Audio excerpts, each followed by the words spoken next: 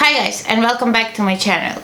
Today I decided to film a video about something different, something that happened to me 2 weeks ago, and I don't know, I think that it may be helpful for someone that is found in a similar situation as me. And this is my first time filming a story time, so if it's messy and not perfect, I'm sorry.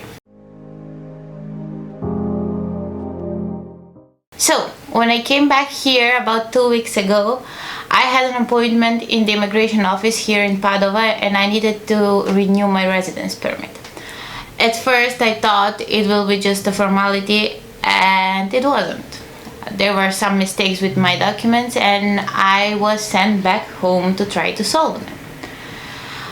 I got an intense fear inside of me. I thought everything was going down and I lost sleep over it. I couldn't sleep, I couldn't fall asleep, I couldn't eat, I couldn't think about anything else. I thought only about the permit. I was afraid and I tried to think rationally and not panic, but was not going well at all.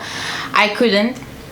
Then I thought, okay, when I solve this problem, when I eventually did, I will feel better. But I didn't. I solved it. I went to the immigration office again. I gave them my documents. They said, okay, now it's fine. You go home and wait for your message to come and take your residence permit. But I came back home and I was okay for like 2 or 3 hours when I called everyone and told them, yeah, now it's fine, it's okay, I got my permit and all that. And that weekend I went to visit my aunt, and on my way back I found an article. What happens if you're denied for your residence permit here in Italy? And I read that they will send you a letter in the mail and it will come in from 1 to 4 work days, and that brought my fear back. That week I actually spent most of the time here in my room on the window waiting for the postman to come and give me my letter. Even I knew that wasn't possible, that's gonna happen. I waited for him and waited and waited, and he obviously never came. But my thoughts were not giving me peace at all.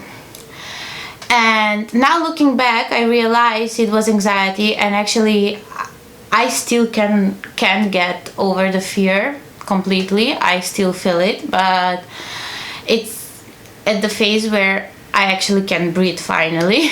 And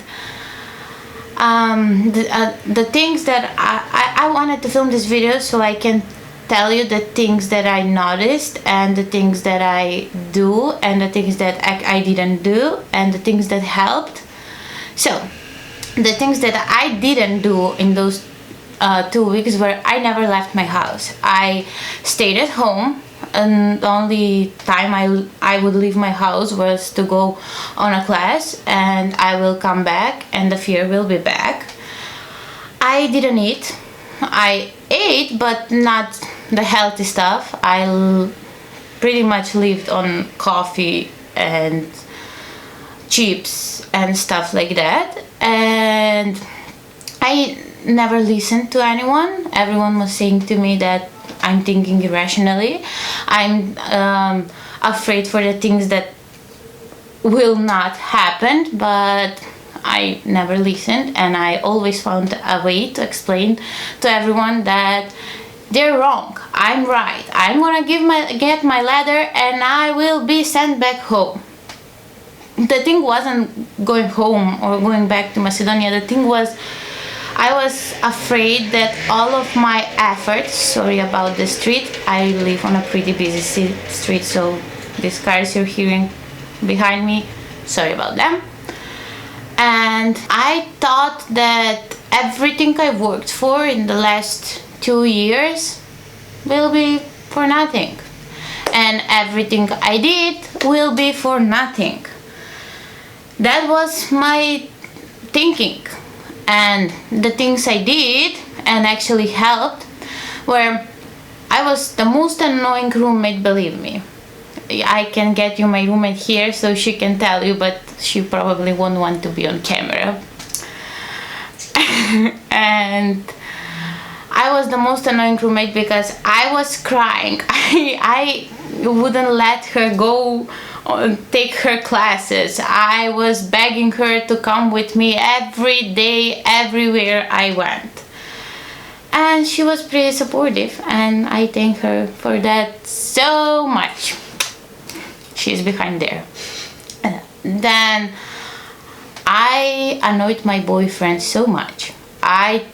If Maria wasn't at home, I would call him all the time, and I would want him to talk with me. I would want him to stay on the phone with me. I was scared to be alone. I didn't want it to be alone. My anxiety was worse when I was alone. And one thing I did, and it was actually helpful, was that I started working with two therapists, because I was scared that if one of them is not available, I'm gonna freak out.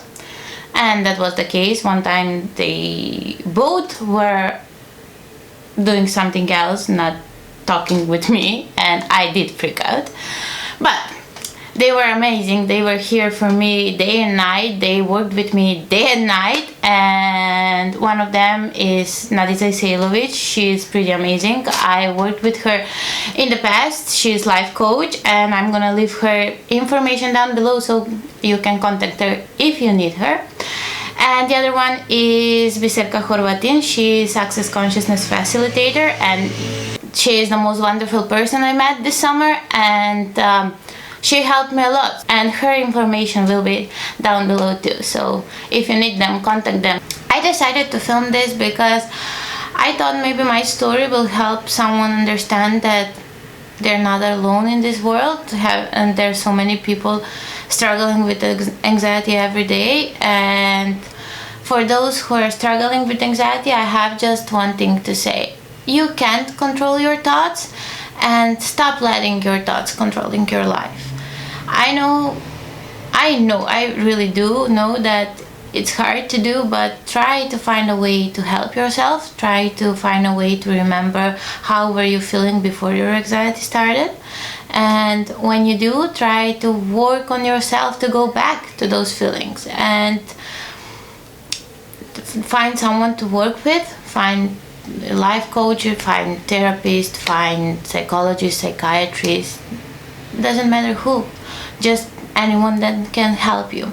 And I'm gonna stop rambling now. Sorry if this story was messing. I hope that you enjoyed it. So hit that subscribe button down there and stay positive, and I will see you soon. Bye.